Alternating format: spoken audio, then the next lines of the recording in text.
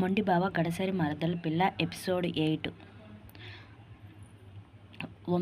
అలా వంశీ చారి ఇంటికి వచ్చేశారు.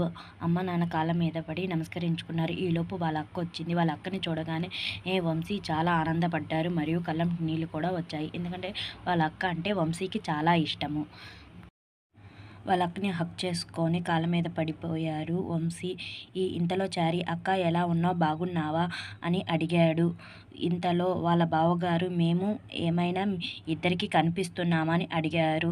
అయ్యో చారి, బావగారు మీకు గౌరవం ఇవ్వకపోతే మమ్మల్ని ఇంట్లో కూడా ఉంచరు, వీధిలోకి నెట్టేస్తారు బావగారని చమత్కారంగా సరదాగా మాట్లాడారు. చారి మాటలకి అందరూ ఇది ఏది తెలియని శ్రావణి ఒక సాడ్ సాంగ్ పెట్టుకొని వచ్చింది.